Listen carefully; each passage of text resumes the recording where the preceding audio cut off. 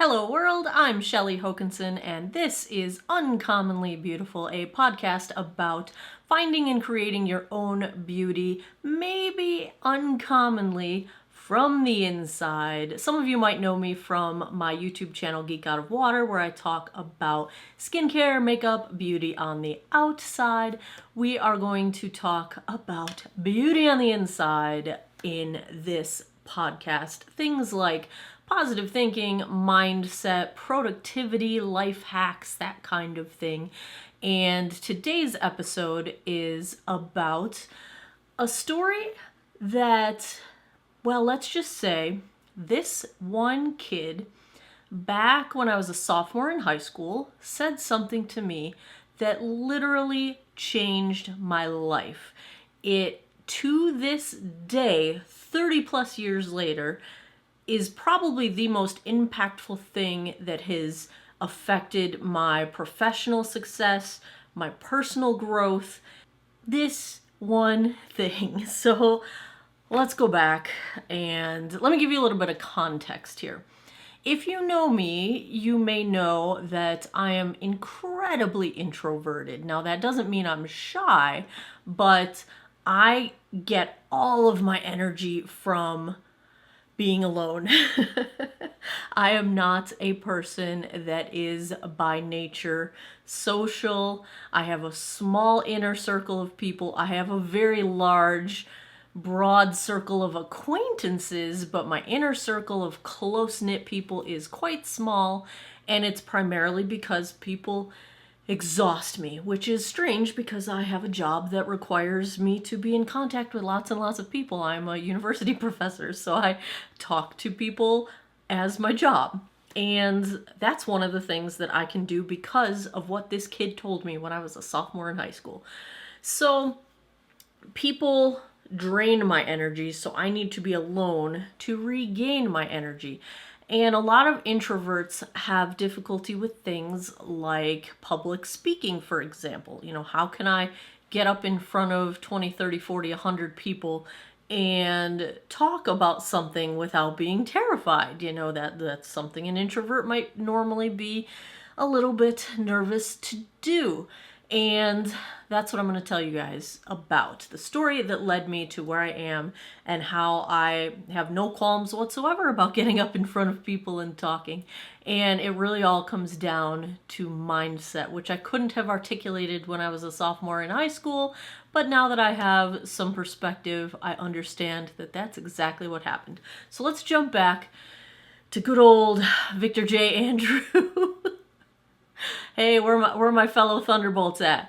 I was in high school taking the usual repertoire of high school classes, and I had my speech class in my sophomore year of high school, and I hated, I don't use that word lightly, I hated giving speeches.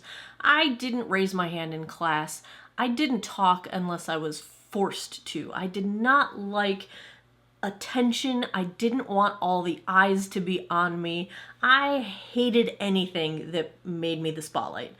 And it made me very uncomfortable. It made me feel so incompetent. Now, mind you, I was a straight A student all through school, my entire academic career. So I had no reason to not be confident, but I was just terrified of being the spotlight.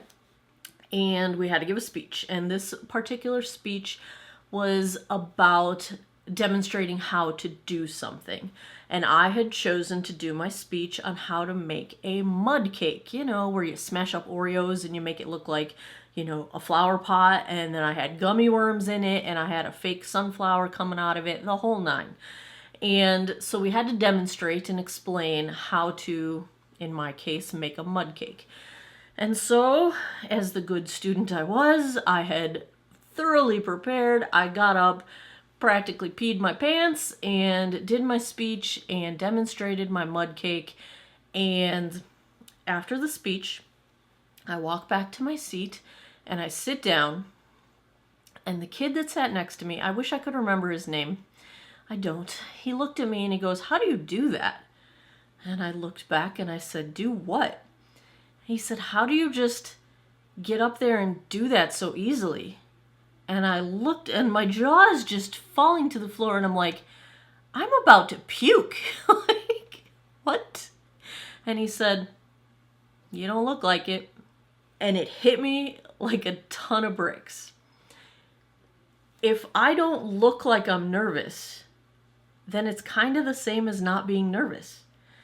Everyone in that room thought I was not nervous. They all thought this was easy for me.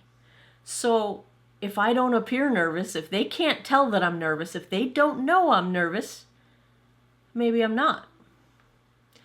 That changed my life. I started doing things thinking, well, I'm nervous inside, but if they don't know that, then it's like I'm not. So that gave me permission to do these things I was fearful of and to take these steps from, what was I afraid of? Fear of judgment, fear of messing something up, making a mistake, looking foolish. I don't know what exactly I was afraid of, because like in that moment of demonstrating my mud cake, I knew my script inside and out. I knew that recipe. I had made that cake many times. I had no fear of the content I was presenting. I wasn't going to mess that up. No way I was going to mess that up. So that's not what I was afraid of. I think I just didn't want to be the center of attention because I thought people would see my hand shaking.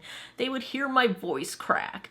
Well, as it turns out, over the years, I did things like gave speeches in relatives' weddings and things I never, ever, ever would have agreed to do. And even in those moments when I hear my voice crack reading a passage, nobody else hears it. And if they do, they're not judging you. They're not even paying attention. Everyone else is so wrapped up in their own perceptions of their own, what are people thinking of me, themselves. They're not judging you. They're really not. And it was so freeing. It's so freeing. Being able to kind of let go of fear of trying something, it really changed my life.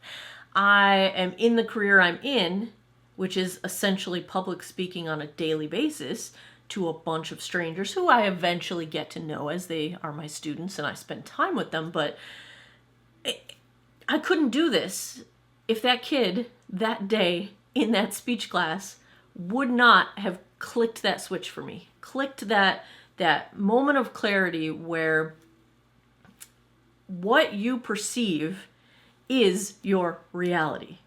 And if nobody else perceives me being nervous, then I'm not nervous. And that gave me the confidence to go forward and do things. And so in hindsight, as I go back and look at this moment, I've told this story so many times, especially to students and things when they're nervous about meeting with a potential client or meeting with a potential employer or doing a presentation in school, whatever it is. I've told this story hundreds of times in my life. And in retrospect, in hindsight, as I look back on it, it really is a matter of mindset. Your perception is your reality. What stories are you telling yourself? Clearly, before the mud cake speech, I was telling myself that everyone was staring at me and everyone was looking for my flaws and everyone was waiting for me to mess up. That's not true. Instead, I started telling myself, nobody knows I'm nervous, therefore I'm not nervous. And just that little flip of mindset changed everything. It really is about the stories that you're telling yourself. What are you telling yourself that is limiting you? What are you telling yourself that's holding you back or preventing you from doing something that you want to do? Flip the story. Turn that story around a little bit.